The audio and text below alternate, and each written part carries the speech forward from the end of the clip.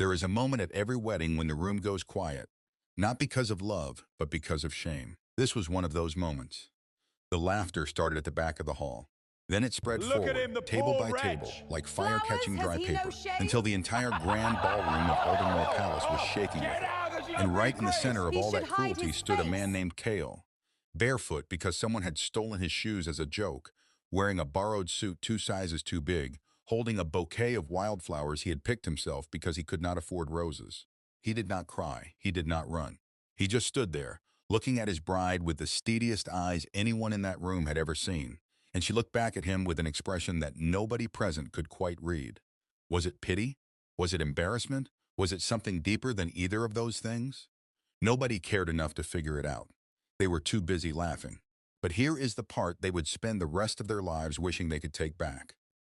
6 hours later, that barefoot man in the borrowed suit would be the only reason any of them were still alive. The kingdom of Aldenmore had not seen a wedding scandal this size in 3 generations. Princess Serafine, the only daughter of King Dorian III, beloved by the people, trained in diplomacy and swordsmanship and the delicate art of saying one thing while meaning another, was supposed to marry Lord Evander Breck. Tall, golden-haired, polished as marble, Evander came from old money and older names. The union had been arranged since Serafine was 12 years old. The banners were already stitched. The wedding cake had been commissioned 8 months in advance from the finest baker in the capital. The nobility had traveled from 4 neighboring kingdoms to witness it.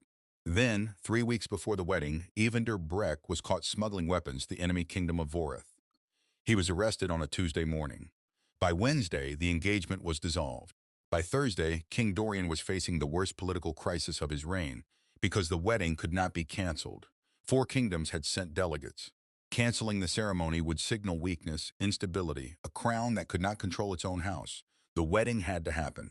But the groom was in prison. It was Serafine herself who brought Cael's name to her father. She had met him 7 months earlier, during a quiet diplomatic trip she had taken in disguise to the border villages, the parts of Aldenmore that royal itineraries never included, where the roads were unpaved and the children went to bed hungry more nights than not. Cael lived in a village called Durnwick.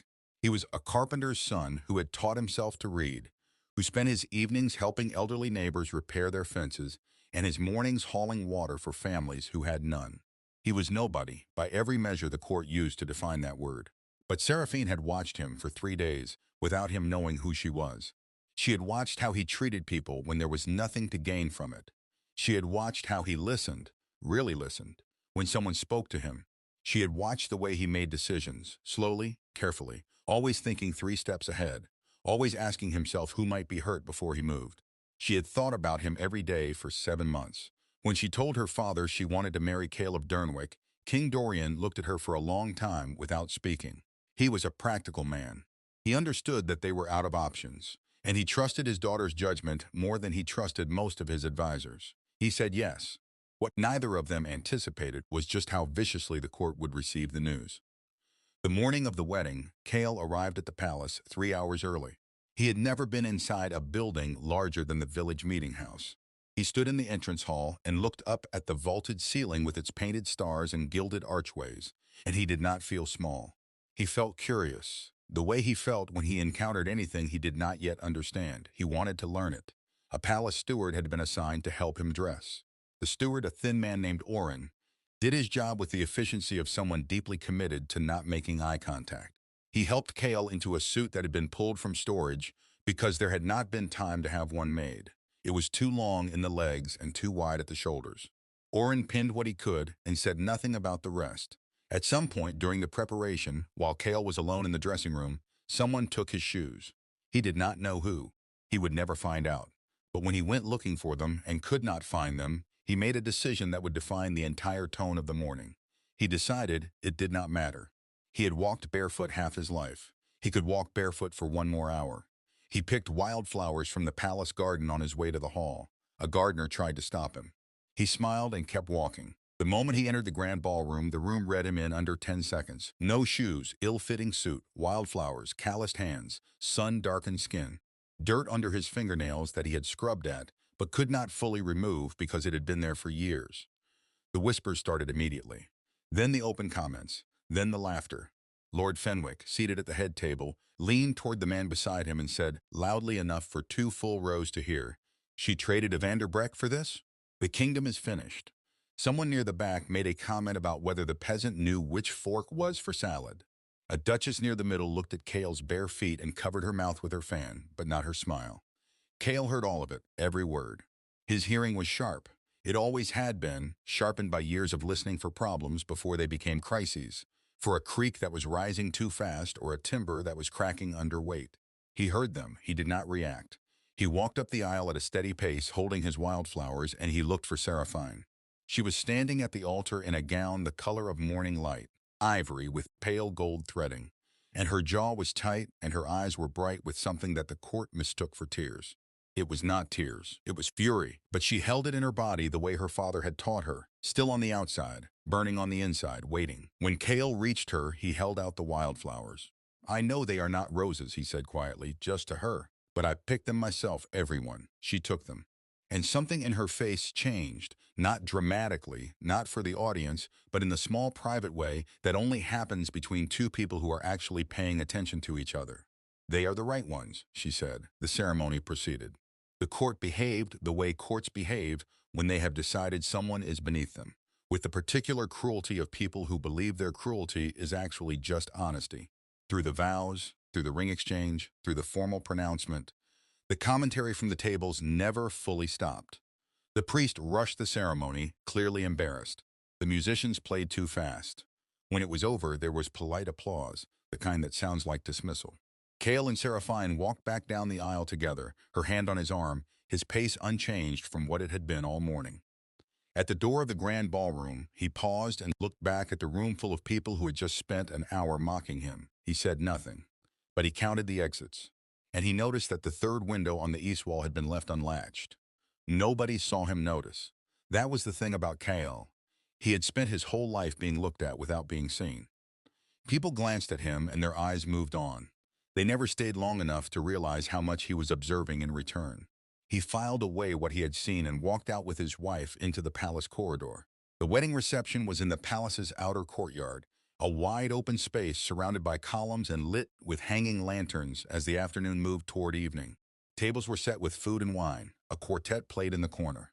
The mood was the particular combination of festivity and resentment that marks any party where half the guests do not want to be there. Cael was seated at the far end of the head table, which suited everyone just fine, including him. While the court ate and drank and whispered about the bride's poor choice of husband, Cael was doing what he had done every day of his adult life, paying attention to the things that other people were too comfortable to notice. He noticed first that 3 of the palace guards had changed their positions since the ceremony. They had moved, subtly, casually, the way you move when you are trying not to appear to move, from the outer gates toward the inner corridors. Guards at a wedding reception do not move toward the interior. They move toward the perimeter. That was wrong. He noticed second that one of the serving staff had refilled wine glasses at every table except the royal table. He had walked past it twice with a full pitcher and diverted each time. That was wrong too. He noticed third that a man seated at the far left of the courtyard, dressed as a minor noble, invited as a delegate from one of the southern territories, had not touched his food. He had arranged it on his plate carefully to look like he had eaten, but the pieces were cut but unmoved. Cael had seen that before. You did it when you needed to look occupied while your mind was somewhere else entirely, working on something that required full concentration. By the time the sun had dropped another handspan toward the horizon, Cael had a picture forming in his mind that made his chest go tight.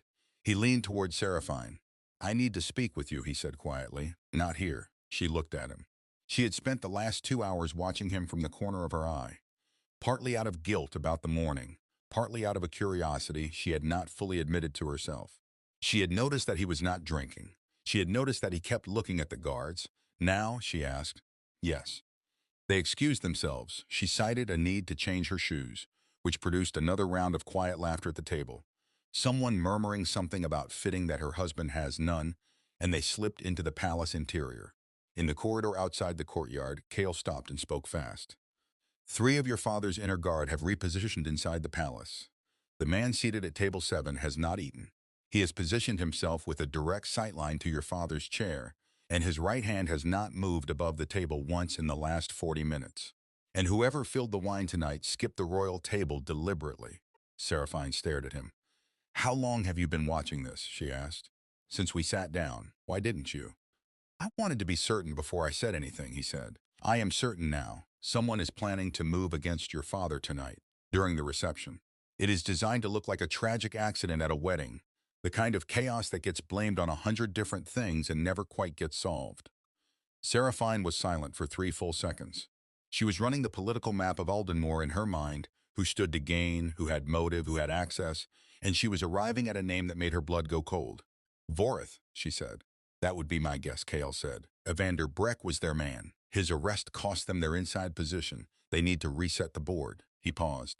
Where is your father right now? Still at the table. We have maybe 20 minutes. Possibly less. Who do you trust in this palace? And here was the moment Serafine would replay for the rest of her life. Not the laughter in the wedding hall. Not the wildflowers. Not the vows. This moment, in a corridor with a barefoot carpenter from Durnwick, looking at her with absolute calm, asking the question that all of her years of diplomatic training had never quite prepared her for. Who do you trust? Captain Aldrich, she said. He commands the outer regiment. He was my father's man before he was the Crown's. Then we need to find him, right now. They ran. What happened in the next 18 minutes was not elegant. It was not the kind of thing they write songs about. Or if they do, the songs skip the part where Serafine split the back seam of her wedding gown, climbing through a storage passage. Or where Cael talked his way past 2 suspicious inner guards by pretending to be a confused kitchen servant looking for the wine cellar. Or where they found Captain Aldrich on the outer rampart and had to convince him in under 60 seconds, with no evidence except Cael's observations, that the king's life was in immediate danger. Aldrich was a man who had survived 30 years in royal service by trusting exactly 3 things: his instincts, his king, and proof. Cael had no proof, but he had something that turned out to matter more. He explained his reasoning out loud, step by step, calmly, completely, with the same methodical clarity he used when he diagnosed a failing beam or a flooded foundation. He laid it out like a carpenter laying a floor, piece by piece, each plank fitting exactly against the last. When he was done, Aldrich looked at him for a long moment. Then he turned to his second-in-command and said, "Lock the inner corridors. Move the king now." The assassination attempt came at sundown. It came the way Cael had expected, not as a single dramatic strike, but as a coordinated sequence designed to create confusion and exploit it. The 3 repositioned guards made their move first, drawing the attention of the remaining royal detail toward the interior. In the chaos, the man from table 7 rose from his seat and moved toward the king's now vacant chair. He found it empty. He found Captain Aldrich's regiment waiting instead. The fight was short. 3 men from Vorith, 2 palace guards who had been turned, and 1 nobleman who would spend the rest of his natural life in the deepest cell the kingdom possessed. Nobody died. There were injuries, but none of them fatal. King Dorian, who had been moved to a secure chamber in the palace's north tower, was told what had happened by Serafine herself.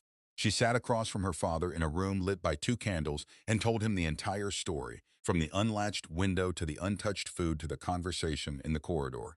Her father listened without interrupting, something he rarely did for anyone. When she finished, he was quiet for a long time. "Where is he now?" the king asked. "Helping the healers with the injured men," Serafine said. He asked if there was anything useful he could do while we waited for things to settle. Another silence. "Helping the healers," King Dorian repeated. "Yes." The king stood and walked to the window. Below, the courtyard was lit with torches now, the reception long abandoned, palace staff and soldiers moving with urgent purpose in every direction. Somewhere down there, in the middle of all of it, was a barefoot carpenter from a village nobody had heard of, holding a bandage or carrying water or doing whatever quiet, practical thing needed doing. "I spent 30 years, the king said slowly, filling this court with men who could talk brilliantly about power." He turned from the window. "And your husband is the first one who actually understood it." The court of Aldenmore remembered that night for a generation. Not because of the assassination attempt. Kingdoms had survived worse. They remembered it because of what came after. Because of the way the story moved, quietly at first, and then all at once, through every corridor and dining room and servant hall, that the man they had laughed at in the morning had saved them all by evening. Lord Fenwick, who had said the kingdom was finished, did not attend court for 6 weeks after that night. When he returned, he was a quieter man. The Duchess, who had hidden her smile behind her fan, sent Serafine a letter of apology. It was 3 pages long. Serafine read it once and put it in a drawer. Cael was given the title of Prince Consort, which he accepted with the same quiet composure he had used to accept everything else, but he never particularly used it. He kept doing what he had always done. He walked the palace the way he had walked his village, paying attention, fixing what was broken, listening to the people that the court had trained itself not to see. He had new shoes made eventually. Good ones, from the finest cobbler in the capital. He wore them to state dinners and formal occasions. But there was a pair of old boots he kept in the corner of his study, worn down and cracked and impossibly comfortable. And those were the ones he wore when he was thinking. As for Serafine, the woman who had chosen him when she did not have to, who had looked past every measurement the court used and seen something truer underneath, she would say, in later years, when people asked about their marriage, "The court thought I settled. I knew better. I had watched him for 3 days before he ever knew I existed, and in those 3 days I saw the most important thing a person can know about someone else. I saw what he did when nobody was watching." She would pause then, the way she always did when she wanted a room to sit with something. "It turns out," she would add, "that is the only version of a person that is ever real. They humiliated him at the wedding. He saved them all by nightfall.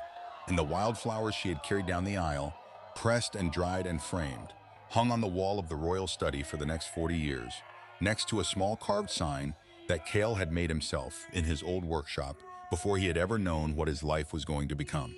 It read, simply, 'Watch, listen, act when it matters.' It was the closest thing he had to a philosophy. It turned out to be enough.